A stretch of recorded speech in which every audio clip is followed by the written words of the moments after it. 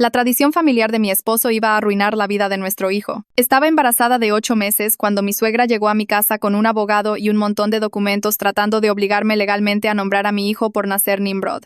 Yo sabía que esto venía. La familia de mi esposo tenía una tradición donde el hijo primogénito de cada generación durante los últimos 400 años se llamaba Nimrod. Incluso tenían este árbol genealógico enorme en su sala con cada Nimrod que se remontaba hasta el siglo XVII. Mi esposo era el segundo hijo, así que tuvo la suerte de llamarse Carlos, lo cual fue básicamente ganarse la lotería. Su hermano mayor se quedó con Nimrod y ahora se hace llamar Rod, que no es mucho mejor, pero al menos la gente no asume inmediatamente que sus papás lo odian. Cuando quedé embarazada, su familia estaba tan emocionada de que la tradición pudiera continuar ya que Rod solo tenía hijas. Mi suegro se puso de pie con champán y dijo, por el bebé Nimrod. Y me reí porque obviamente era una broma, pero nadie más se estaba riendo. Esa noche le dije a Carlos que de ninguna manera iba a nombrar a nuestro hijo Nimrod. Estuvo de acuerdo inmediatamente y dijo que siempre había odiado la tradición y pensaba que era cruel ponerle ese nombre a un niño en tiempos modernos. Decidimos que lo llamaríamos Charlie y simplemente lidiamos con que sus papás estuvieran molestos. Pensamos que ese sería el fin. Estábamos tan equivocados. Mis suegros comenzaron una campaña de presión total. Aparecían en nuestra casa todos los días con nuevas razones de por qué teníamos que usar el nombre. Mi suegro seguía hablando de cómo Nimrod era un poderoso cazador en la Biblia y que era un nombre de fuerza y poder, ignorando completamente que hoy en día todos piensan que significa idiota. Compraron cientos de dólares en ropa, cobijas y juguetes para bebé, todos bordados con Nimrod. Ordenaron una cuna personalizada con Nimrod tallado en la cabecera. Remodelaron su cuarto de huéspedes como un cuarto de bebé para cuando los visitáramos y pintaron cuarto de Nimrod en la puerta. Mi suegro se sentó conmigo y me explicó que ya había agregado el nombre de nuestro hijo al fideicomiso familiar. Y legalmente, tenía que ser Nimrod para calificar para la herencia. Toda la familia extendida de Carlos se involucró. Sus tías y tíos nos llamaban constantemente. Su abuelo, otro Nimrod, voló desde Guadalajara para hacernos sentir culpables personalmente. Tuvieron una reunión familiar donde todos tomaron turnos explicando por qué el nombre era importante y cómo estaríamos destruyendo 400 años de tradición si lo cambiábamos. El hermano de Carlos, Nimrod, incluso apareció y dijo, «Mira, fue difícil para mí, pero te acostumbras y es parte de quienes somos». Señalé que él literalmente se hace llamar por un nombre diferente y dijo que eso no venía al caso. Carlos comenzó a quebrarse bajo la presión. Después de semanas de acoso constante, comenzó a decir cosas como, «Tal vez podríamos usarlo como segundo nombre», o «¿Qué tal si lo deletreamos diferente?». Le dije que ninguna variación de Nimrod era aceptable, y se puso a la defensiva diciendo que yo no entendía lo que significaba para su familia. Sus papás comenzaron a agitar dinero frente a nosotros. Pagarían la universidad del bebé. Nos darían el enganche para una casa más grande. Establecerían un fideicomiso, pero solo si usábamos el nombre. Carlos comenzó a buscar casas en línea y hablar de lo bueno que sería no preocuparnos por el dinero. Comenzó a tener llamadas telefónicas diarias con sus papás que tomaba en otro cuarto. Salía luciendo estresado y no me decía de qué hablaban. Comenzó a decir cosas como, «Tal vez estamos siendo demasiado tercos con esto, y es solo un nombre. No define quién es». Le recordé que él literalmente dijo que estaba agradecido todos los días de no ser el primogénito y no tener que llamarse Nimrod. Dijo que eso era diferente. Cuando tenía 8 meses y medio de embarazo, sus papás aparecieron con un abogado. Nos sentaron y presentaron documentos que habían elaborado. Querían que firmáramos un acuerdo legalmente vinculante de que nombraríamos al bebé Nimrod a cambio de 4 millones de pesos y una herencia garantizada. El abogado explicó que si no firmábamos seríamos removidos del testamento completamente y cortados de la familia. Carlos miró los papeles y pude verlo considerándolo realmente. Me puse de pie y les dije que salieran de mi casa. Mi suegra comenzó a sollozar. Mi suegro dijo, «Estás cometiendo un gran error». Carlos no dijo nada. Después de que se fueron, Carlos y yo tuvimos la pelea más grande que habíamos tenido. Dijo que yo estaba siendo irracional y que 4 millones de pesos cambiarían nuestras vidas. Le dije que la felicidad de nuestro hijo era más importante que el dinero. Dijo que el nombre no era tan malo y que los niños son molestados por todo tipo de cosas. Le dije que sí, pero la mayoría de los papás no eligen deliberadamente hacer de su hijo un blanco. No hablamos durante 2 días. Luego entré en labor de parto. Carlos me llevó al hospital y durante todo el camino seguía diciendo, «Resolveremos lo del nombre. No te preocupes por eso ahora». Algo salió mal durante el parto. Comencé a sangrar muy mal y los doctores estaban gritando sobre hemorragia y el cuarto se llenó de gente. Lo último que recuerdo fue una enfermera diciendo que necesitaban hacer una transfusión de emergencia. Cuando desperté 12 horas después, Carlos estaba sentado junto a la cama sosteniendo a nuestro hijo. Estaba llorando. Me entregó el acta de nacimiento y susurró, «Lo siento tanto». El nombre en ella era Nimrod. Miré fijamente el sello oficial del estado, las letras impresas, mi propia firma de meses atrás en el formulario de preregistro, y luego su nombre escrito en la casilla donde debería haber dicho Carlos. Carlos seguía hablando. Sus palabras salían atropelladamente sobre cómo el doctor dijo que yo podría no lograrlo y sus papás estaban en la sala de espera y le dijeron que era lo que yo hubiera querido y él estaba tan asustado y simplemente firmó todo lo que pusieron frente a él. Miré del papel a su cara, con lágrimas y desesperado, y luego hacia la pequeña persona en la cunita junto a mi cama que se suponía que era Charlie, pero legalmente era algo completamente diferente. Carlos extendió la mano hacia la mía, pero la retiré. Le dije que se fuera. Comenzó a llorar más fuerte, diciendo que podíamos arreglarlo, diciendo que lo sentía, pero yo solo seguía repitiendo que necesitaba irse ahora mismo porque no podía mirarlo. La enfermera que había estado revisando mi presión arterial durante todo esto captó mi mirada y preguntó en voz baja si necesitaba que aplicara restricciones de visitantes. Asentí. Carlos se quedó allí unos segundos más como si fuera a discutir, luego salió con los hombros temblando. La puerta se cerró con un clic y quedé sola con un bebé cuyo nombre legal me daba ganas de vomitar, aún conectada a una vía intravenosa por casi desangrarme hasta morir 12 horas antes. Lo levanté con cuidado, consciente de todos los tubos y cables aún conectados a mí, y le susurré que su nombre era Charlie sin importar lo que dijera ningún papel. Hizo un pequeño sonido y comencé a llorar. No del tipo bonito, sino del tipo de sollozos feos donde no puedes respirar bien. Horas más tarde, después de haberlo alimentado y cambiado y simplemente mirado su cara tratando de memorizar cada detalle, una mujer en uniforme médico tocó y se presentó como la trabajadora social haciendo rondas nocturnas. Se sentó en la silla que Carlos había desocupado y comenzó a hacer las preguntas estándar sobre apoyo en casa y recursos posparto. Pero luego hizo una pausa y miró el expediente. Preguntó por qué seguía llamando al bebé Charlie cuando todo el papeleo decía Nimrod. Le expliqué todo. La tradición de 400 años, la campaña de presión, Carlos firmando mientras yo estaba inconsciente, y ella escuchó sin interrumpir. Cuando terminé, dijo que las enmiendas al acta de nacimiento eran posibles, pero requerían un proceso legal y que podía conectarme con una defensora de pacientes que se especializaba en estas situaciones. Escribió un nombre y número de extensión en una nota adhesiva y la pegó en mi mesita de noche. Luego apretó mi mano y dijo que me revisaría mañana. Todavía tenía esa nota adhesiva cuando los papás de Carlos aparecieron alrededor de las 7 de esa noche. Escuché la voz de su mamá en el pasillo primero, alta y emocionada, hablando sobre un fotógrafo y fotos de recién nacido. La enfermera de antes, la que había preguntado sobre restricciones de visitantes, los interceptó en la puerta. No pude escuchar todo, pero capté frases como solo visitantes aprobados y deseos de la madre. La mamá de Carlos comenzó a llorar, ese mismo llanto teatral que había hecho en mi sala, diciendo que le negaban a su nieto. La voz del papá de Carlos se hizo más fuerte, exigiendo saber quién le daba al hospital el derecho de mantener a los abuelos alejados. La enfermera se mantuvo calmada y firme, y eventualmente sus voces se desvanecieron por el pasillo. Le mandé mensaje a Carlos que sus papás necesitaban salir del hospital completamente, o yo misma llamaría a seguridad. No respondió. Alrededor de las 11 de esa noche Carlos regresó, moviéndose en silencio como si pensara que yo podría estar dormida. No lo estaba. Había estado acostada allí en la oscuridad alimentando a Charlie y escuchando los sonidos del hospital y tratando de descifrar qué venía después. Carlos acercó la silla a mi cama y comenzó a susurrar sobre cuánto lo sentía, cómo entró en pánico, cómo los doctores estaban diciendo cosas como hemorragia y transfusión, y sus papás seguían diciéndole que yo hubiera querido que se honrara la tradición. Le susurré de vuelta que sus papás claramente tenían el papeleo listo, lo que significaba que habían planeado esto, y él había elegido su presión sobre todo lo que habíamos acordado. Dijo que pensó que me estaba muriendo. Le dije que eso no cambiaba el hecho de que había firmado la identidad de nuestro hijo sin mí. Seguimos en círculos así por casi una hora, manteniendo nuestras voces bajas por el bebé durmiendo entre nosotros, hasta que finalmente Carlos se fue de nuevo sin que ninguno de nosotros llegara a ningún tipo de resolución. Apenas dormí esa noche.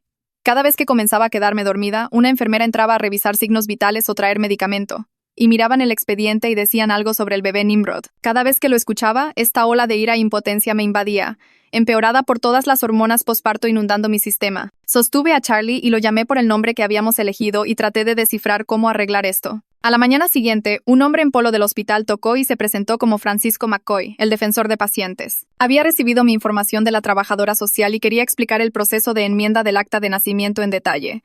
Se sentó con una carpeta llena de formularios y me guió por cada paso. Necesitaría presentar una petición ante el tribunal familiar, mostrar causa para el cambio y probar que el nombre no fue mi elección, lo que significaba documentar toda la presión y las circunstancias de Carlos firmando. Dijo que los casos que involucraban emergencias médicas y decisiones unilaterales a veces calificaban para revisión expedita, aunque no podía prometer nada. Francisco sacó una tarjeta de presentación y dijo que había trabajado antes con una abogada de derecho familiar llamada Margarita McCoy, sin parentesco a pesar del mismo apellido, y que debería llamarla tan pronto como me dieran de alta.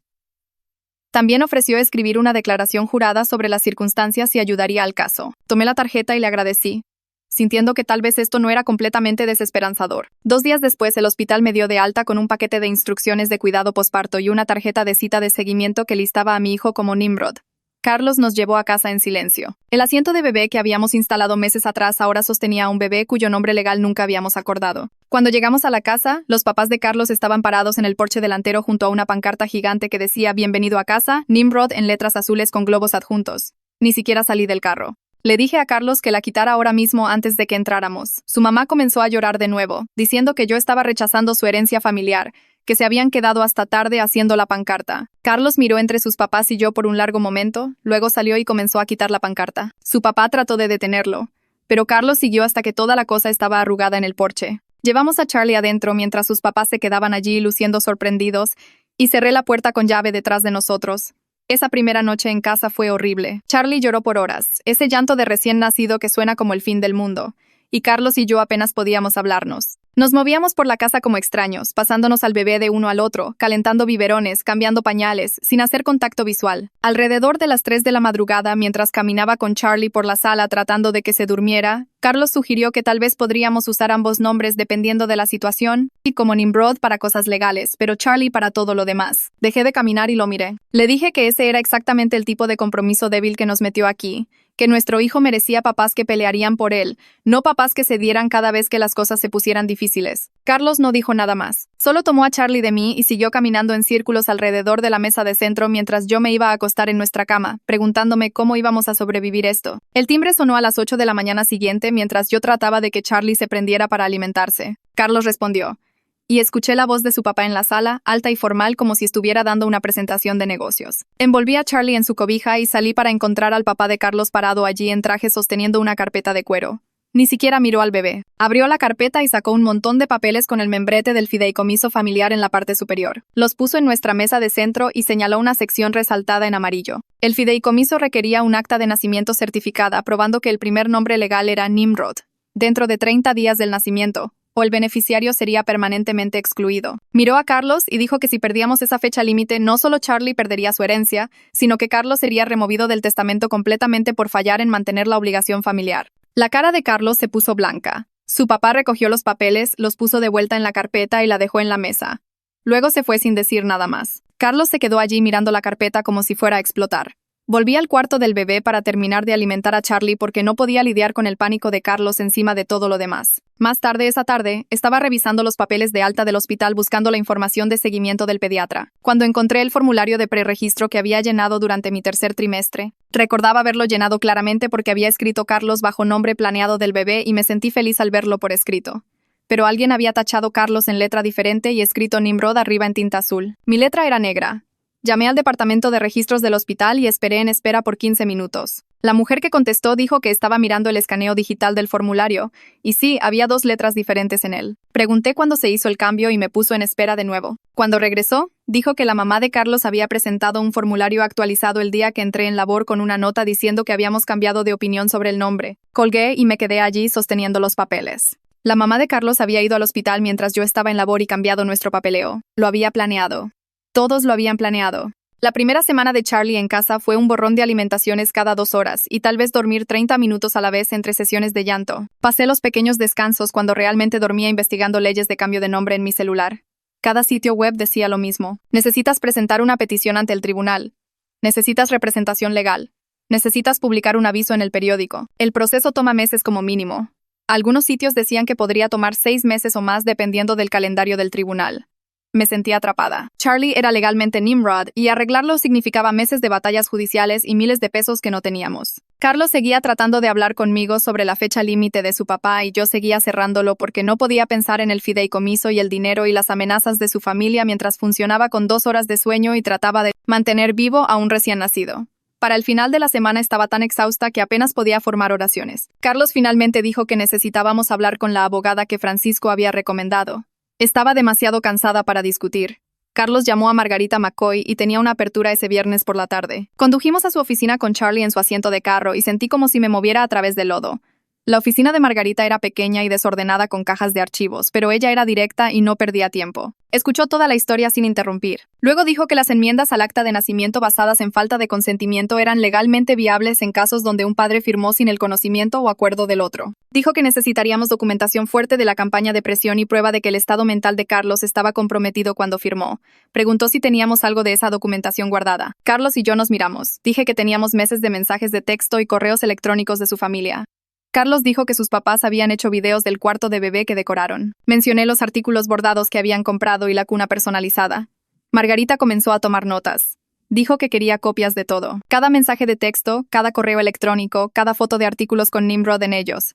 Quería una línea de tiempo de cada reunión familiar y llamada telefónica donde nos presionaron. Específicamente quería documentación de la oferta de contrato de 4 millones de pesos y cualquier evidencia de que los papás de Carlos habían influenciado el papeleo del hospital. Dijo que el formulario de preregistro alterado era enorme para nuestro caso. También dijo que necesitábamos estar preparados para que esto se pusiera feo porque la familia de Carlos pelearía de vuelta duro. Pasé toda la segunda semana posparto creando una carpeta de evidencia mientras trataba de cuidar a Charlie. Revisé mi teléfono y capturé cada mensaje de texto de los papás de Carlos y la familia extendida. Descargué cada correo electrónico. Tomé fotos de todos los artículos de bebé bordados que habían enviado. Carlos ayudó escribiendo una línea de tiempo detallada de cada reunión familiar y llamada telefónica donde sus papás nos habían presionado sobre el nombre. Se sentó en la mesa de la cocina por horas escribiendo todo. Cuando terminó me entregó 12 páginas de texto a un solo espacio documentando meses de acoso. Lo leí y me sentí mal. Verlo todo escrito en orden dejaba claro cuán extrema había sido su campaña. Carlos lo leyó sobre mi hombro y pude decir que estaba dándose cuenta de lo mismo. Dijo que no había entendido qué tan malo era cuando lo estaba viviendo día a día. Ahora viéndolo todo junto podía ver que sus papás básicamente habían llevado a cabo una operación psicológica contra nosotros. Pusimos todo en una carpeta y enviamos copias por correo electrónico a Margarita. Llamó 2 días después y dijo que teníamos un caso fuerte. La documentación era exhaustiva y el patrón de coerción era claro, pero nos advirtió que el proceso costaría varios miles de pesos en honorarios legales y costos judiciales. También dijo que la familia de Carlos probablemente tomaría represalias cumpliendo sus amenazas de cortarnos financieramente. Carlos y yo nos quedamos despiertos hasta tarde esa noche teniendo conversaciones difíciles sobre dinero.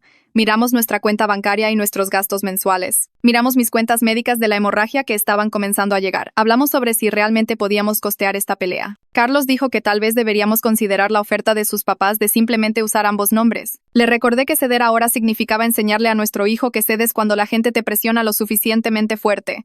Decidimos seguir adelante con el caso legal aunque nos asustaba. Carlos encontró una terapeuta de parejas llamada Elisa Booth que tenía disponibilidad la siguiente semana porque le dije que no podíamos hacer esto solos y nuestro matrimonio se estaba cayendo a pedazos. La primera sesión fue tensa.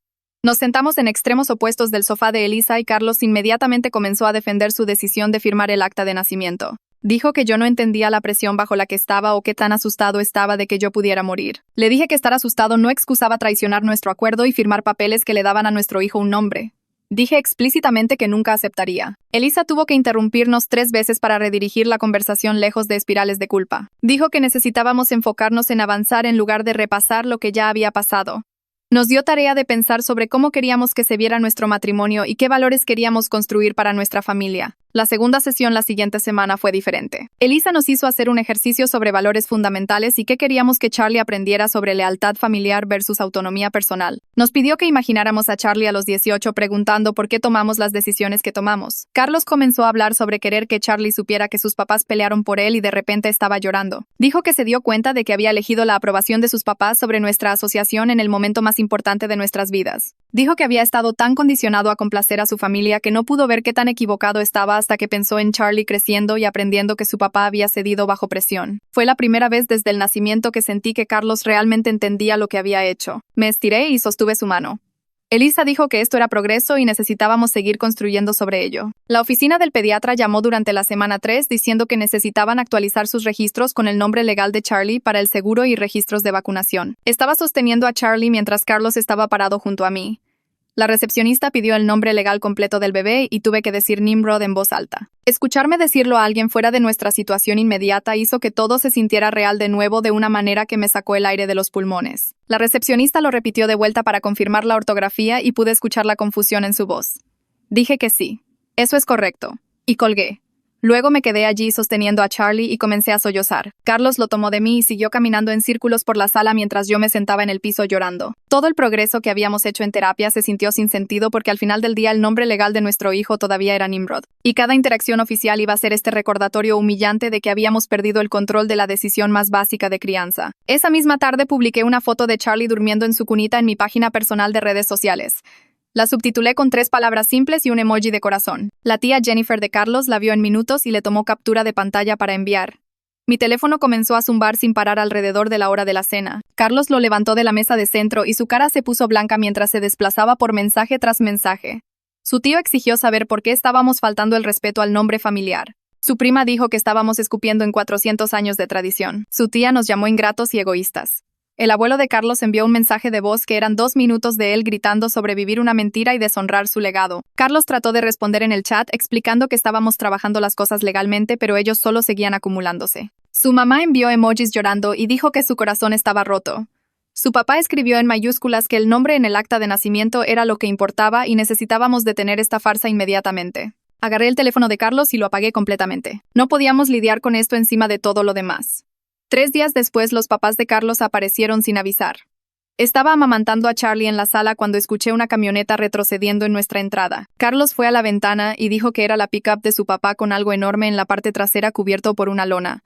Sus papás salieron y comenzaron a desatar las correas. Carlos abrió la puerta principal y salió al porche. Su papá retiró la lona para revelar la cuna personalizada con Nimrod tallado en la cabecera en letras gigantes.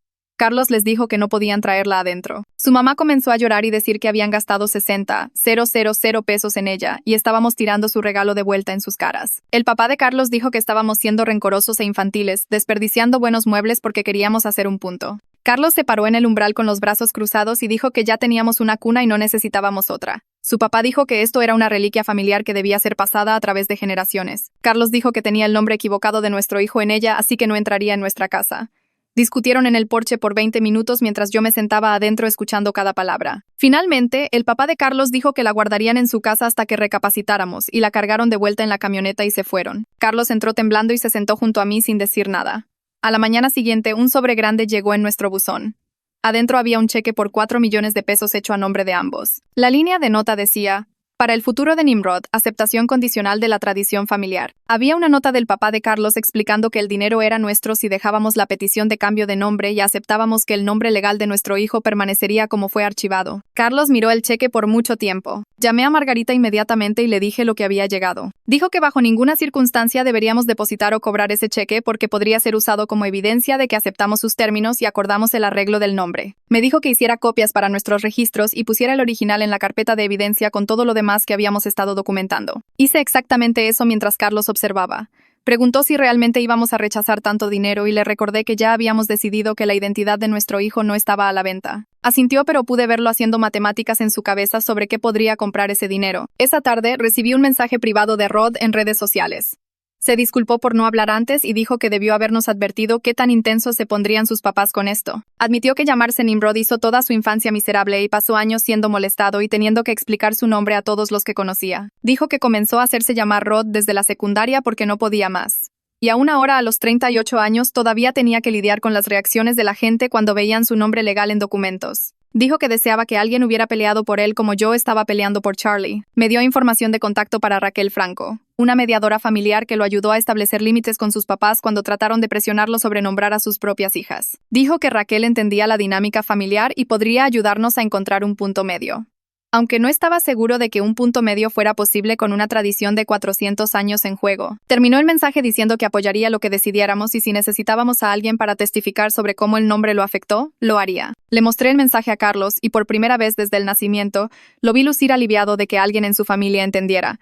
Carlos llamó a Raquel Franco al día siguiente y explicó nuestra situación. Tenía una apertura la siguiente semana y dijo que estaría dispuesta a facilitar una conversación entre nosotros y sus papás si todos aceptaban participar. Carlos estaba optimista de que tal vez tener a un tercero neutral ayudaría a sus papás a ver la razón. Dijo que eran buenas personas que solo tenían este punto ciego sobre la tradición y tal vez Raquel podría ayudarlos a entender nuestra perspectiva. Yo era mucho menos optimista. Había visto a sus papás pasar meses tratando de sobornarnos y manipularnos para usar un nombre que sabían que odiábamos. No pensaba que una sesión de mediación iba a hacerlos razonables de repente sobre algo en lo que habían construido su identidad familiar durante 400 años, pero acepté intentarlo porque Carlos necesitaba ver por sí mismo que sus papás no iban a comprometerse. La sesión de mediación sucedió durante la semana 4 en la oficina de Raquel en el centro. Nos hizo sentar a todos en círculo en sillas cómodas y explicó las reglas básicas sobre comunicación respetuosa y escuchar sin interrumpir. La mamá de Carlos comenzó a llorar antes de que Raquel terminara la introducción. Su papá se sentó con los brazos cruzados, luciendo enojado. Raquel nos pidió a cada uno explicar nuestra perspectiva, comenzando con Carlos y yo. Carlos habló sobre querer que nuestro hijo tuviera un nombre normal que no lo haría blanco de bullying. Expliqué que nunca consentí al nombre Nimrod y desperté de una emergencia médica para encontrar que la identidad de mi hijo había sido decidida sin mí. Raquel pidió a los papás de Carlos compartir su punto de vista. Su papá lanzó el discurso de la tradición de 400 años y cómo el fideicomiso familiar estaba legalmente estructurado alrededor del nombre. Su mamá sollozó sobre ser la generación que rompería la cadena y cuán devastada estaba la familia extendida. Raquel trató de guiar la conversación hacia posibles compromisos. Sugirió usar Nimrod como segundo nombre o encontrar un nombre similar que honrara la tradición sin las asociaciones negativas modernas. Los papás de Carlos cerraron cada sugerencia inmediatamente. Su papá dijo que los documentos del fideicomiso específicamente requerían que el primer nombre fuera Nimrod con esa ortografía exacta. Su mamá dijo que cualquier variación sería lo mismo que romper la tradición completamente. Raquel preguntó si entendían cómo su campaña de presión nos había afectado y si podían reconocer que aparecer con abogados y dinero fue inapropiado. Se negaron a admitir que habían hecho algo malo. Su papá dijo que estaban tratando de preservar algo importante y nosotros estábamos siendo tercos sin buena razón. La sesión terminó sin nada resuelto y la mamá de Carlos todavía llorando. Francisco McCoy llamó durante la semana 4 para revisar cómo estaba emocionalmente. Dijo que le gustaba hacer seguimiento con pacientes que habían pasado por nacimientos traumáticos para asegurarse de que estaban recibiendo apoyo. Traté de mantenerme junta en el teléfono, pero terminé quebrándome y contándole todo. Expliqué sobre la presión familiar que no había parado, los costos legales que enfrentábamos para arreglar el acta de nacimiento, y cuán exhausta estaba de pelear esta batalla mientras trataba de cuidar a un recién nacido. Francisco escuchó todo y luego dijo que estaría dispuesto a escribir una declaración jurada sobre las circunstancias de Carlos firmando el acta de nacimiento si ayudaría a nuestro caso. Dijo que recordaba la situación claramente porque los papás de Carlos habían estado en el pasillo haciendo demandas mientras yo estaba en cirugía, y había pensado en ese momento que Carlos lucía presionado y abrumado. Dijo que podría documentar la línea de tiempo y sus observaciones como empleado del hospital que presenció parte de lo que sucedió. Le agradecí y dije que le preguntaría a Margarita si una declaración jurada de él fortalecería nuestra petición. Tener a alguien fuera de la familia dispuesto a validar que algo estaba mal con cómo salieron las cosas me hizo sentir menos sola en esta pelea. Me uní a un grupo de apoyo posparto en línea esa semana porque necesitaba hablar con otras mamás nuevas que pudieran entender por lo que estaba pasando. La mayoría de las publicaciones eran sobre cosas normales como problemas de lactancia y horarios de sueño, pero una mujer compartió una historia sobre la familia de su esposo presionándolos para usar un nombre cultural tradicional que ella no quería. Había estado en una situación similar donde su suegra trató de nombrar al bebé mientras ella se recuperaba de una cesárea. La mujer explicó cómo ella y su esposo habían pasado por el proceso legal para cambiar el nombre de su hija cuando tenía 2 meses y había valido cada peso y cada hora de estrés. Dijo que su hija tenía 3 años ahora y prosperaba con el nombre que sus papás eligieron juntos y la familia extendida eventualmente lo había aceptado una vez que se dieron cuenta de que la decisión era final. Leer su historia me dio esperanza de que realmente podíamos ganar esto y que Charlie no estaría atrapado con Nimrod para siempre. Le mandé mensaje privado para preguntar sobre su abogada y el proceso judicial y respondió con consejos detallados y aliento. Saber que alguien más había navegado esta situación exacta y salido bien hizo que el camino adelante se sintiera más posible. El papá de Carlos llamó durante la semana 5 con una nueva oferta. Dijo que pagaría todas mis cuentas médicas de la hemorragia y cuidado de emergencias si simplemente manteníamos el nombre y dejábamos de hacer problemas. Carlos tomó la llamada en altavoz y escuché a su papá explicar que las cuentas del hospital probablemente iban a ser cientos de miles de pesos y no deberíamos tener que cargar con esa carga cuando la familia podía cubrirla fácilmente. Carlos me miró con esta expresión desesperada porque sabía exactamente cuánto debíamos. Las cuentas habían estado llegando toda la semana y estábamos viendo cerca de 800,000 pesos en cargos que nuestro seguro solo cubría parcialmente. Carlos preguntó a su papá si esto era otro pago condicional y su papá dijo que por supuesto era condicional a que dejáramos la petición de cambio de nombre. Carlos comenzó a decir que tal vez deberíamos considerarlo, pero lo interrumpí. Le recordé que habíamos acordado antes de la mediación que la identidad de nuestro hijo no estaba a la venta a ningún precio. Dije que no importaba si eran 800,000 pesos u 8 millones. No íbamos a dejar que sus papás compraran el derecho a nombrar a nuestro hijo. Carlos le dijo a su papá que no podíamos aceptar la oferta y su papá dijo que estábamos siendo tontos y orgullosos. Colgó sin decir adiós. Esa noche Carlos y yo nos sentamos juntos en la mesa de la cocina con mi laptop. Abrí un correo electrónico en blanco dirigido a ambos papás. Escribí límites formales estableciendo que no podían visitar ni tener ningún contacto con Charlie hasta que aceptaran respetar y usar el nombre que elegimos para él. Expliqué que necesitábamos espacio de la presión y manipulación y hasta que pudieran tratarnos como los papás de Charlie con el derecho de tomar nuestras propias decisiones, no serían parte de su vida. Carlos leyó lo que había escrito y agregó un párrafo sobre cuánto le dolía establecer estos límites, pero qué tan necesario era para el bienestar de nuestra familia. Dijo que amaba a sus papás, pero amaba más a su hijo y necesitaba que entendieran que su comportamiento había dañado su relación con nosotros. Ambos firmamos nuestros nombres al final y Carlos presionó enviar antes de que cualquiera de nosotros pudiera dudar. Sentados allí viendo ese correo salir, se sintió como la primera vez que realmente habíamos estado unidos y en el mismo equipo desde que nació Charlie. Carlos extendió la mano a través de la mesa y sostuvo mi mano y nos quedamos sentados allí juntos en la cocina silenciosa sabiendo que acabábamos de declarar la guerra a toda su familia, pero sintiendo que finalmente habíamos elegido el lado correcto. El papá de Carlos llamó a la mañana siguiente antes de que yo terminara mi primera taza de café. Carlos lo puso en altavoz y escuché esta voz fría y controlada exponer exactamente lo que estábamos perdiendo. Recorrió una lista como si estuviera leyendo un documento legal. El fondo universitario que habían establecido sería disuelto y el dinero devuelto a su patrimonio. La asistencia de enganche que habían prometido para una casa más grande se fue. El fondo de emergencia que habían establecido en caso de que Carlos perdiera su trabajo sería cerrado. El fideicomiso que Carlos se suponía heredaría cuando murieran sería modificado para excluirlo completamente. Dijo que teníamos una semana para reconsiderar nuestros límites y aceptar que el nombre legal de Charlie era Nimrod, o cada cosa en esa lista sucedería. Carlos preguntó si había algún espacio para compromiso, y su papá dijo que el único compromiso era que aceptáramos la realidad. La llamada terminó y Carlos se quedó allí mirando su teléfono. Le recordé que ya habíamos decidido que el dinero no importaba más que la identidad de nuestro hijo, pero pude verlo haciendo las matemáticas en su cabeza sobre qué estábamos realmente renunciando. Margarita llamó 2 días después para decir que había presentado la petición para enmendar el acta de nacimiento. Nos guió sobre qué esperar a continuación y explicó que había este requisito de publicación donde la petición de cambio de nombre tenía que ser publicada en la sección de avisos legales del periódico local por 3 semanas consecutivas. Dijo que era procedimiento estándar para cualquier cambio de nombre para dar a las partes interesadas una oportunidad de objetar, pero significaba que toda la familia extendida de Carlos definitivamente se enteraría de que estábamos tomando acción legal. Pregunté si había alguna manera de evitar la publicación y dijo que no, era ley estatal. Carlos preguntó qué pasaría si sus papás presentaban una objeción y Margarita dijo que podrían, pero sus fundamentos serían débiles ya que no eran los padres legales. La publicación correría comenzando la próxima semana y la audiencia sería programada unas 6 semanas después de eso. Sentada en la oficina de Margarita procesando el requisito de publicación me dolió el estómago. Le dije que tenía miedo de que todos supieran que Carlos firmó papeles sin mi consentimiento mientras yo estaba inconsciente. Se sentía como admitir públicamente que mi esposo me había traicionado en el peor momento posible. Margarita se inclinó hacia adelante y dijo que la transparencia era en realidad mejor que tratar de ocultarlo. Explicó que la familia de Carlos giraría su propia narrativa si nos quedábamos callados, pero si controlábamos la historia a través de la petición legal podíamos presentar los hechos en nuestros términos. Dijo que la petición incluiría la declaración de Carlos sobre la campaña de presión y las circunstancias de firmar, lo cual dejaría claro que esto no era un simple desacuerdo sino un patrón de coerción. Miré a Carlos y asintió diciendo que deberíamos ser francos sobre todo.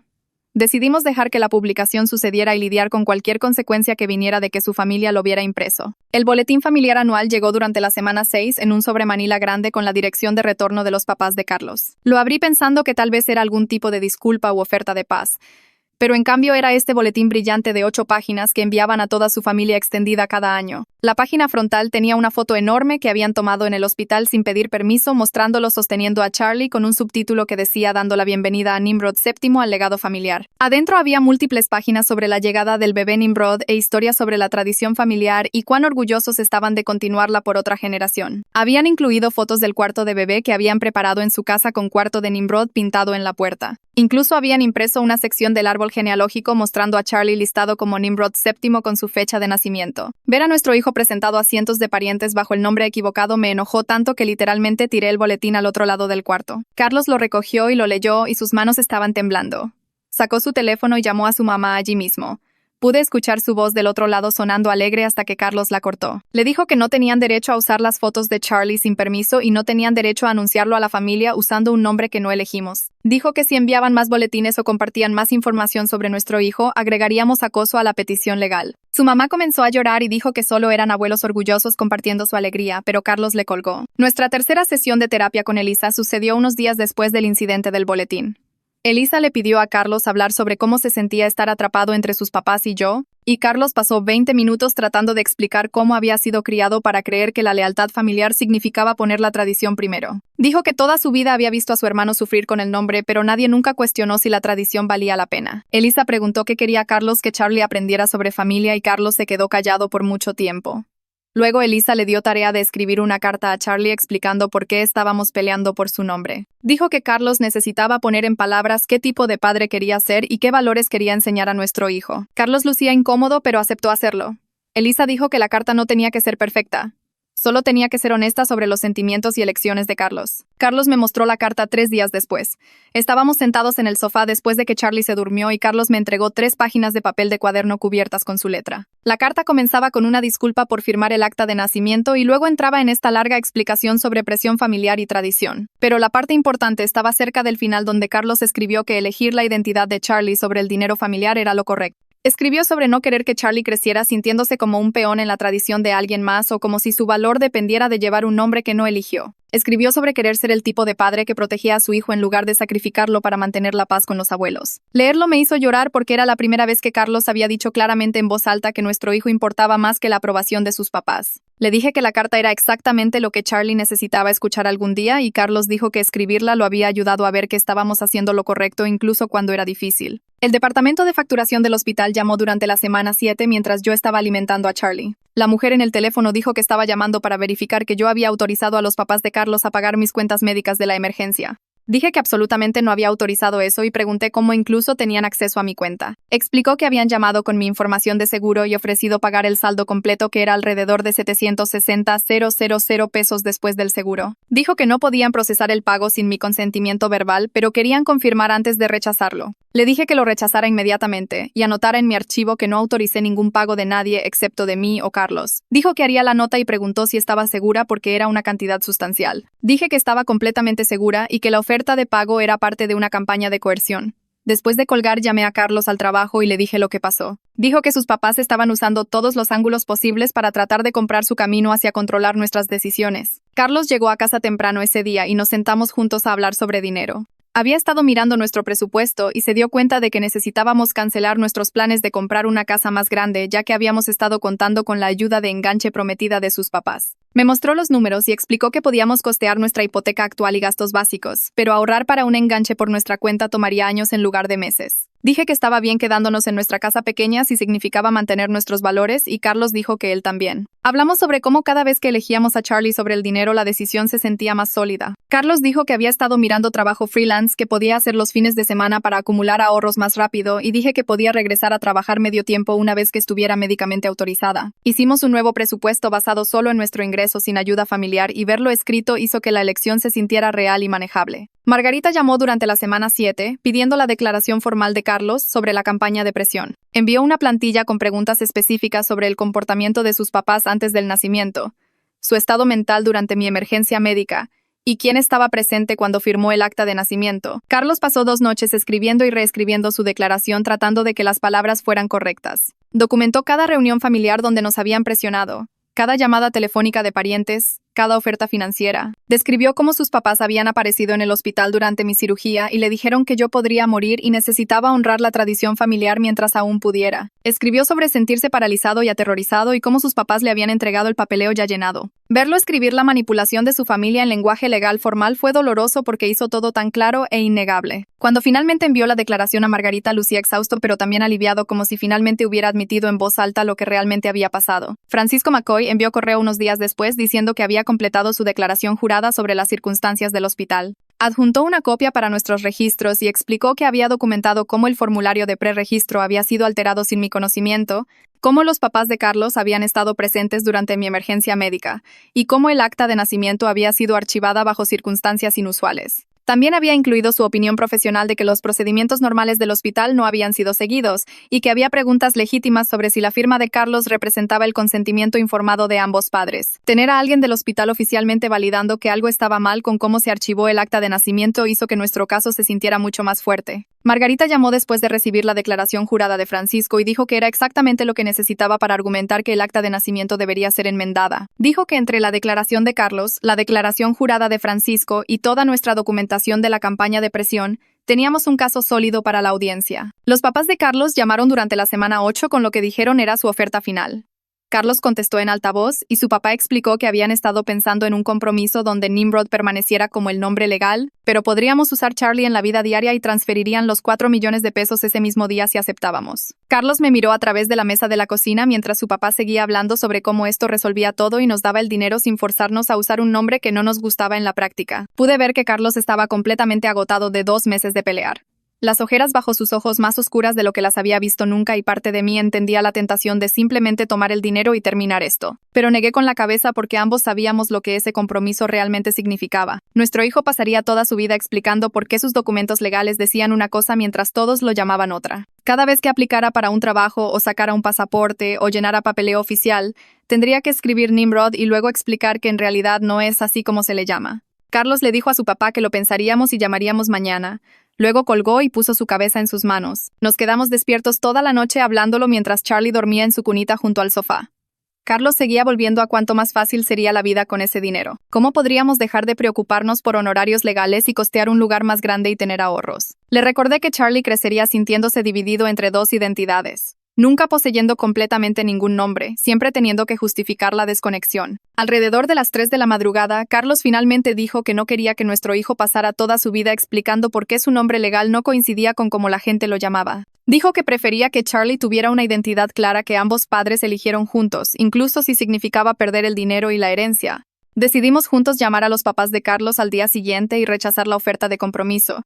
Luego le dijimos a Margarita que siguiera adelante con la petición de cambio de nombre. Carlos llamó a su papá esa tarde y dijo que no estábamos aceptando ninguna versión del nombre Nimrod, legal o de otro modo, y su papá colgó sin decir otra palabra. La guerra narrativa familiar empeoró durante la semana 9 cuando los papás de Carlos comenzaron a decir a los parientes que estábamos manteniendo a Charlie alejado de ellos y negándonos incluso a discutir compromisos razonables. El teléfono de Carlos se llenó de mensajes de texto de tías y tíos diciendo que estábamos siendo tercos y destruyendo la familia por solo un nombre. Su prima envió un mensaje largo sobre cómo las tradiciones importan y estábamos faltando el respeto a 400 años de historia familiar porque pensábamos que éramos mejores que todos los demás. La tía de Carlos llamó llorando y dijo que sus papás estaban desconsolados y estábamos desgarrando la familia sin buena razón. Los mensajes siguieron llegando toda la semana, a veces una docena en un solo día, todos diciendo básicamente lo mismo sobre cómo estábamos equivocados y egoístas y necesitábamos comprometernos. Carlos comenzó a dejar su teléfono en otro cuarto porque revisarlo solo lo hacía sentir peor, pero leí todos los mensajes y los guardé en caso de que Margarita necesitara más evidencia de la campaña de presión.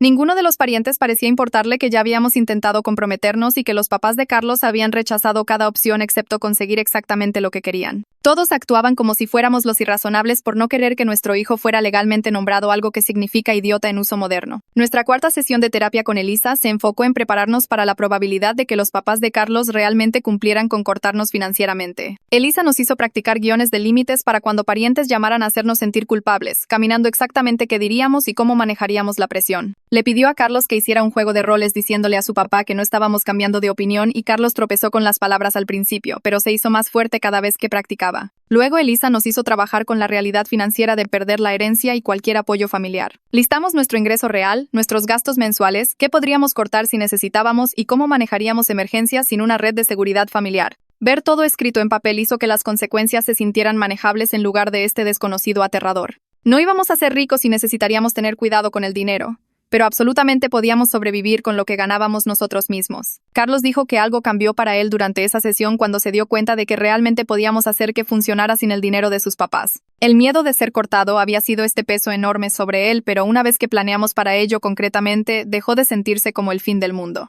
Margarita llamó durante la semana 9 diciendo que la audiencia de cambio de nombre estaba programada para la semana 10. Pasó una hora en el teléfono preparándonos para qué esperar, explicando que el juez querría escuchar directamente de ambos sobre las circunstancias alrededor del acta de nacimiento y revisaría toda la evidencia que habíamos reunido durante los últimos 2 meses. Recorrió los tipos de preguntas que probablemente enfrentaríamos y cómo responderlas clara y factualmente sin ponernos emocionales o defensivos. Dijo que se sentía confiada sobre nuestro caso basándose en la declaración jurada de Francisco documentando las circunstancias del hospital y la declaración detallada de Carlos sobre la campaña de presión. Explicó que la preocupación principal del juez sería si el cambio de nombre servía a los mejores intereses de Charlie, y nuestra evidencia mostraba un patrón claro de coerción que comprometió la capacidad de Carlos de hacer una elección libre.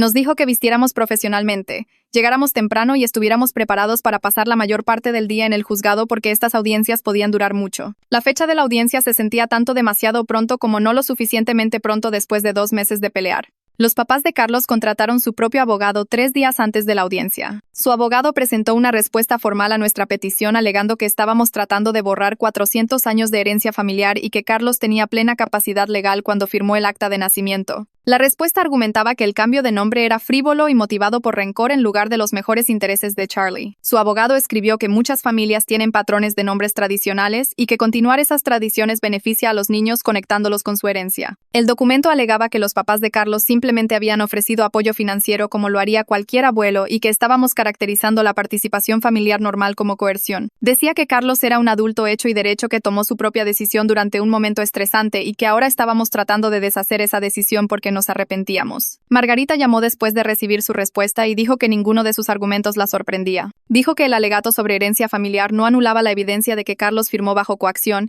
y su caracterización de la campaña de presión como participación familiar normal no se sostendría contra nuestra documentación. La audiencia en sí fue más angustiante que cualquier cosa que hubiera experimentado. Nos sentamos en una mesa en el tribunal familiar con Margarita, mientras los papás de Carlos se sentaban al otro lado del pasillo con su abogado. La jueza era una mujer de unos 50 años que lucía cansada y como si hubiera escuchado cada disputa familiar imaginable. Comenzó pidiéndome explicar qué pasó y tuve que testificar sobre la hemorragia y despertar 12 horas después para encontrar a mi hijo nombrado algo con lo que nunca había estado de acuerdo. Mi voz tembló cuando describí leer el acta de nacimiento y darme cuenta de que Carlos la había firmado mientras yo estaba inconsciente y posiblemente muriendo. La jueza hizo preguntas específicas sobre nuestro acuerdo prenacimiento de nombrarlo Charlie y si los papás de Carlos sabían sobre ese acuerdo. Expliqué los meses de presión y la oferta de contrato de 4 millones de pesos y cómo habían aparecido en el hospital durante mi emergencia médica. Luego Carlos testificó sobre sus papás parados sobre él mientras yo estaba en cirugía diciéndole que yo podría no lograrlo y necesitaba honrar la tradición familiar mientras aún pudiera. Describió sentirse paralizado y aterrorizado y cómo sus papás le habían entregado papeleo que ya estaba llenado con Nimrod escrito. Su voz se quebró cuando habló sobre firmarlo porque pensó que me estaba muriendo y no podía pensar claro sobre nada excepto no perderme. Margarita presentó toda nuestra evidencia en orden cronológico, comenzando con mensajes de texto de antes del nacimiento mostrando a los papás de Carlos presionándonos sobre el nombre.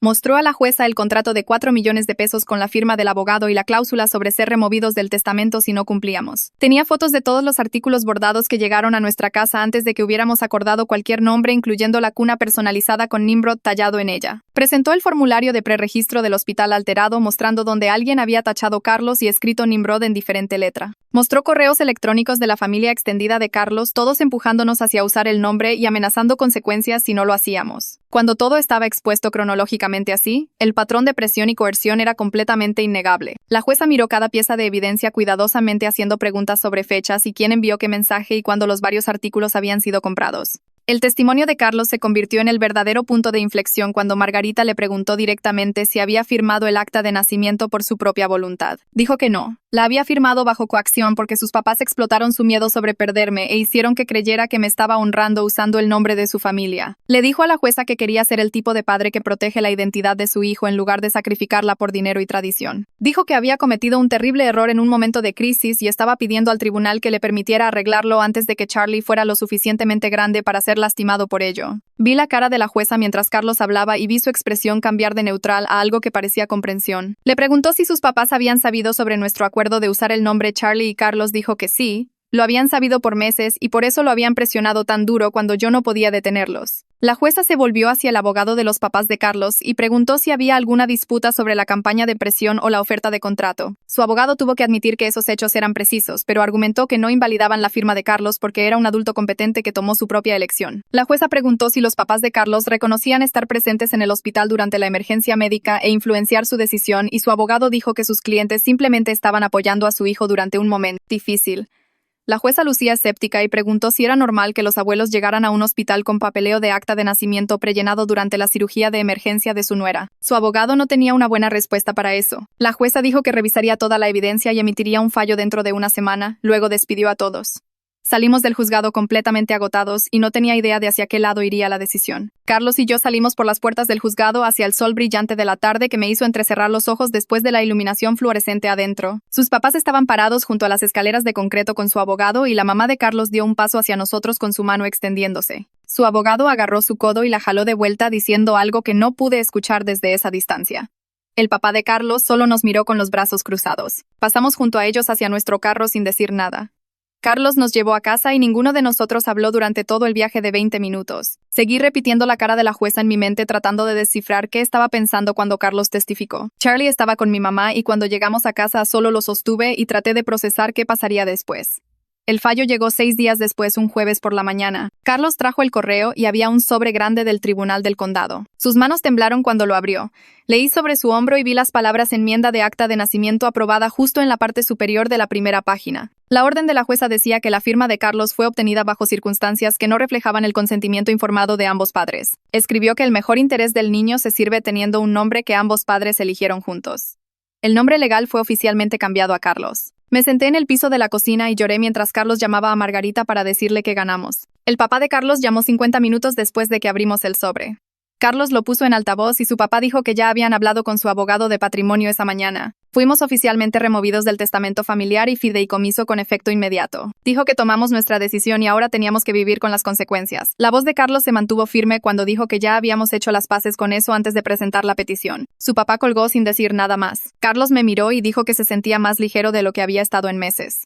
Los siguientes días se convirtieron en un borrón de llamadas telefónicas y papeleo. Llamé a la oficina del pediatra primero y expliqué que teníamos una orden judicial cambiando el nombre legal de Charlie. Necesitaban una copia certificada del acta de nacimiento enmendada, lo que significaba ir a la oficina de registros del condado y pagar por copias oficiales. Actualicé nuestra compañía de seguros, lo cual requirió llenar un formulario de cambio de nombre y proporcionar documentación. Carlos manejó obtener una nueva tarjeta de seguro social emitida, lo que significaba otro conjunto de formularios y un viaje al edificio federal en el centro. Pasamos por nuestra casa y reunimos cada artículo con Nimrod bordado en él.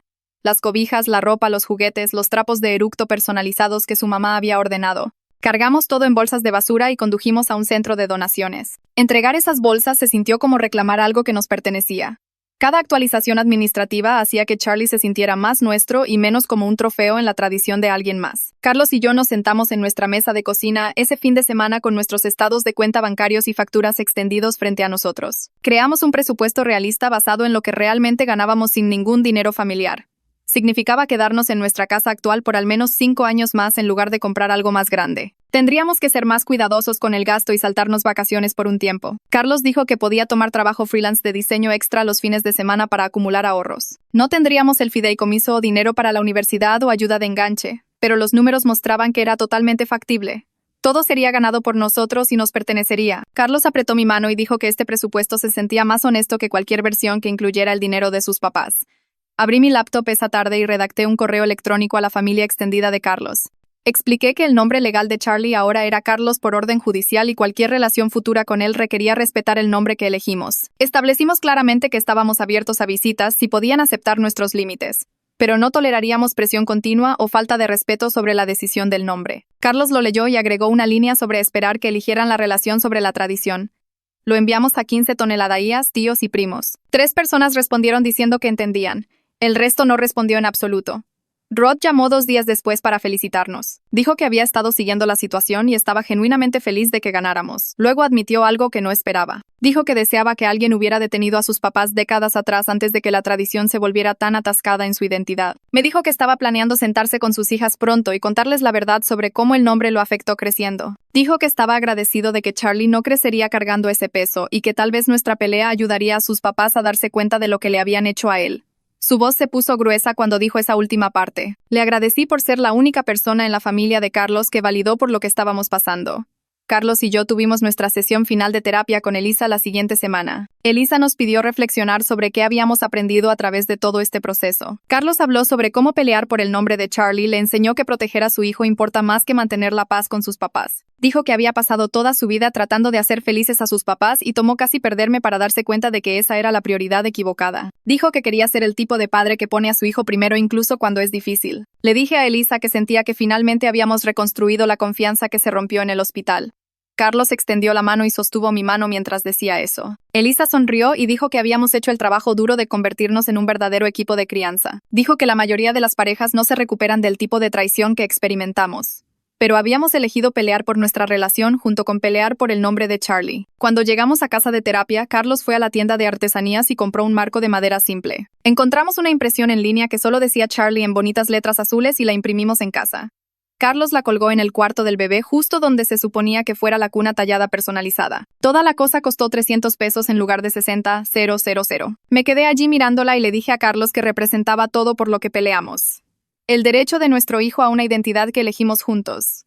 Su derecho a no ser una pieza de ajedrez en el juego de alguien más. Carlos puso su brazo alrededor de mí y dijo que esto era lo único que necesitaba estar en esa pared.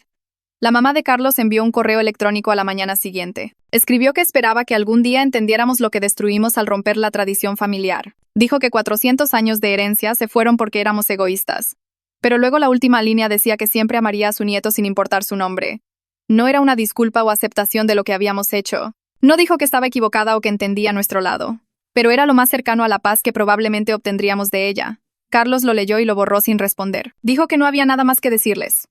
Habíamos tomado nuestra decisión y ellos habían tomado la suya y ahora solo teníamos que avanzar con la familia que estábamos construyendo. Planeamos la reunión para el siguiente sábado, una vez que todo el papeleo estaba archivado y el estrés finalmente se levantó. Mandé mensaje a unas 10 personas que nos revisaron durante lo peor y les dije que queríamos celebrar a Charlie apropiadamente con la gente que realmente nos apoyó. Carlos limpió la casa mientras yo alimentaba a Charlie y trataba de verme menos exhausta de lo que me sentía. Nuestra amiga Jess llegó primero con 3 paquetes de pañales y un guisado que dijo podíamos congelar para las noches realmente malas. Miguel y Sara trajeron fórmula y platos desechables y dijeron que recordaban esos primeros meses siendo demasiado difíciles para preocuparse por trastes. Todos los que cruzaron la puerta tenían algo práctico en lugar de lindo y nadie preguntó sobre la familia de Carlos o la herencia o nada de eso. Solo querían conocer a Charlie y decirnos que estaban orgullosos de que nos mantuviéramos en nuestra elección. El compañero de trabajo de Carlos trajo contenedores de preparación de comida llenos de cenas para la semana. Mi hermana trajo productos de limpieza y ofreció venir a lavar ropa cuando necesitáramos. Se sentía completamente diferente de cómo la familia de Carlos lo hubiera hecho con los regalos elegantes y las expectativas y las condiciones adjuntas a todo. Esta gente apareció porque se preocupaban por nosotros, no por alguna tradición.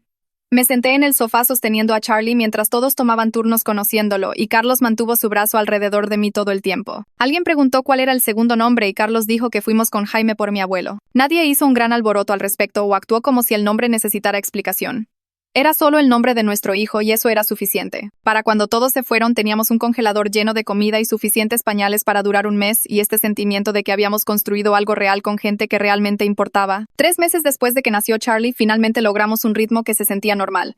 Aunque normal significaba estar cansados todo el tiempo y vigilar cada peso que gastábamos. Carlos tomó proyectos freelance extra los fines de semana para compensar el dinero que habíamos rechazado. Regresé a trabajar medio tiempo y dividimos las alimentaciones nocturnas para que ninguno de nosotros estuviera completamente muerto. Nuestra hoja de cálculo de presupuesto tenía cada gasto rastreado porque no podíamos permitirnos ser descuidados más, pero lo hicimos funcionar. Nos quedamos en nuestra casa pequeña en lugar de mudarnos a algún lugar más grande. Compramos marca genérica de todo en el supermercado. Cancelamos los servicios de streaming que no usábamos realmente y comenzamos a cocinar en casa en lugar de pedir comida. No era la vida que los papás de Carlos habían colgado frente a nosotros con su dinero y sus promesas, pero era nuestra y la habíamos elegido juntos. Carlos hablaba con Rod a veces, pero mantenía a sus papás bloqueados en todo. Ya no preguntaba sobre las cosas familiares porque no había nada más que decir al respecto. Habíamos tomado nuestra decisión y ellos habían tomado la suya y ahora solo vivíamos con ello. Charlie comenzó a dormir periodos más largos en la noche y sonreír cuando nos veía y hacer todas las cosas normales de bebé que hacían que el agotamiento valiera la pena. Carlos y yo éramos mejores hablando las cosas ahora en lugar de dejar que se acumularan.